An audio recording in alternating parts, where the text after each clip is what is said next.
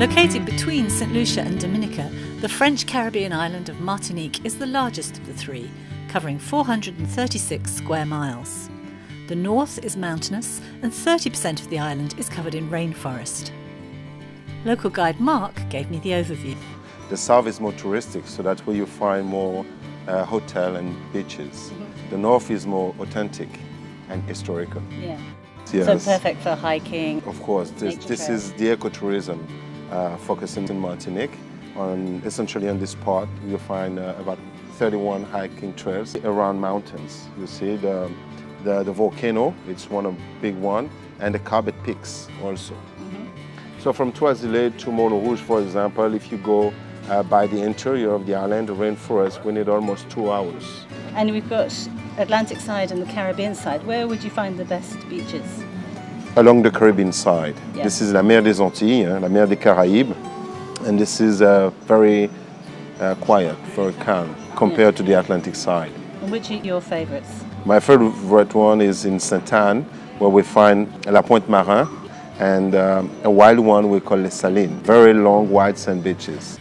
Anse-les-Salines is certainly one of the most popular beaches and a favourite for cruise excursions. But there are dozens to choose from, whether you like beaches for walking or tranquil warm waters for swimming.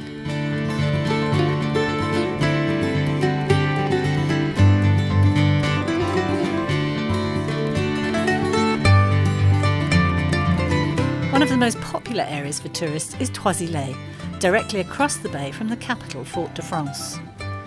Made up of several different areas, the main tourist hub is centred around the Creole village at Pointe-du-Bout, which sits alongside the marina and ferry terminal.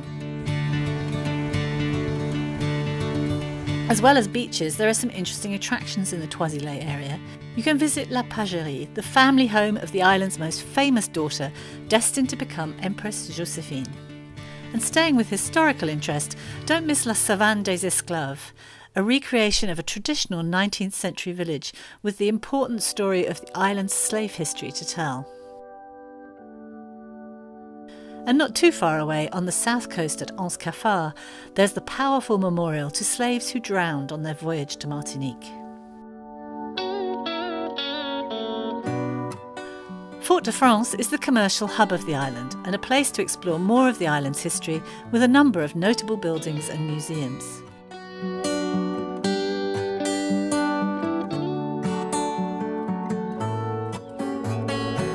And the capital is the best place for shopping, whether you're after souvenirs or spices and rum punch in the market.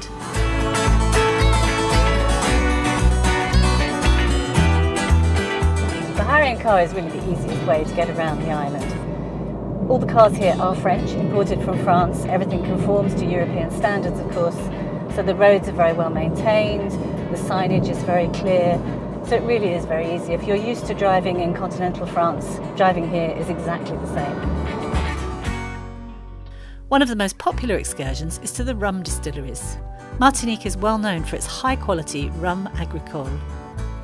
My favourite was Habitation Clément on the east coast near Saint-François. More than a distillery, this beautiful estate has lovely gardens to explore and an amazing contemporary art gallery. Marketing manager Celia told me more. The Habitation Clément is a tour about 2 hours. We have the main house, which is a typical Creole architecture. We have the garden and the old distillery. We explain the process, the production of rum. We have the warehouse, the cellars, where we store all our barrels to age rum.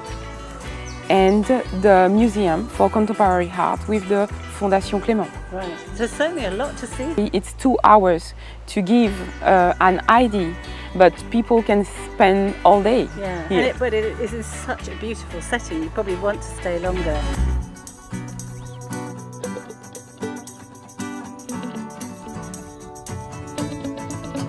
In the north of the island, there's lots more to see. Just north of the capital are the Balata Botanical Gardens. Wonderfully relaxed and informal, the gardens are home to an amazing palm collection. And there are bird's eye views of the valley from the treetop rope bridge.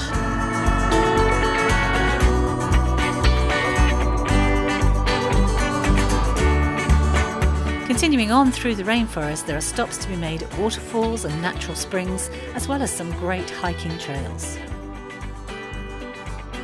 Looming large in the background, its peak often under cloud, is the Montpellier volcano.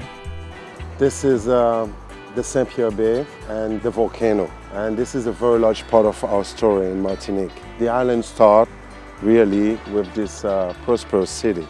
It was the little Paris of the French West Indies, but it was also a very in advance for this time. And we had Le Jardin d'Acclimatation. It's a nice botanical garden, but also a theatre, right. Le Théâtre de Bordeaux. Yeah. And it was at this time the place to be.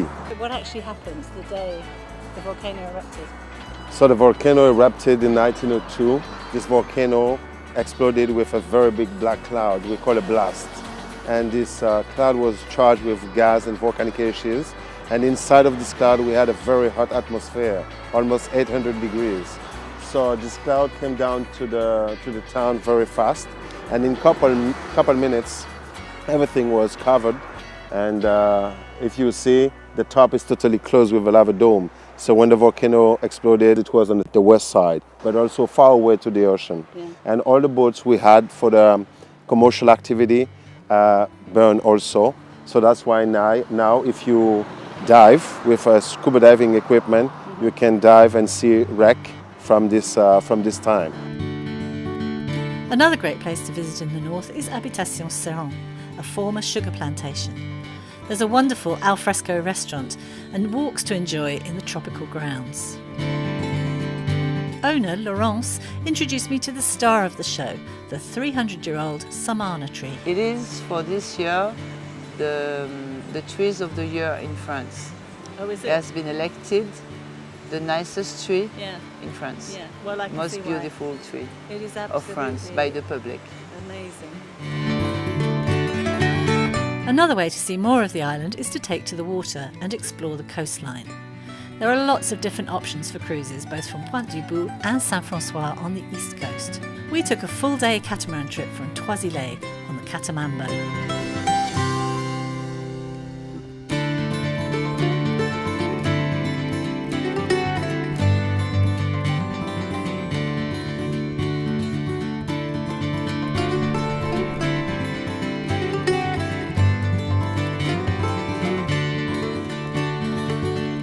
The great thing about Martinique now is it's so much more accessible and perfect for a twin centre holiday. Flying with Norwegian, you can come via New York or Boston, and you could also fly to St Lucia, the neighbouring island, which is only a 10-minute flight away. I think I expected Martinique to be the Caribbean with a French twist, but actually, in truth, it's more like France with a Caribbean twist. It's the most beautiful island, so lush and green, stunning beaches. I really recommend you to come here because it's just very, very different to other Caribbean islands.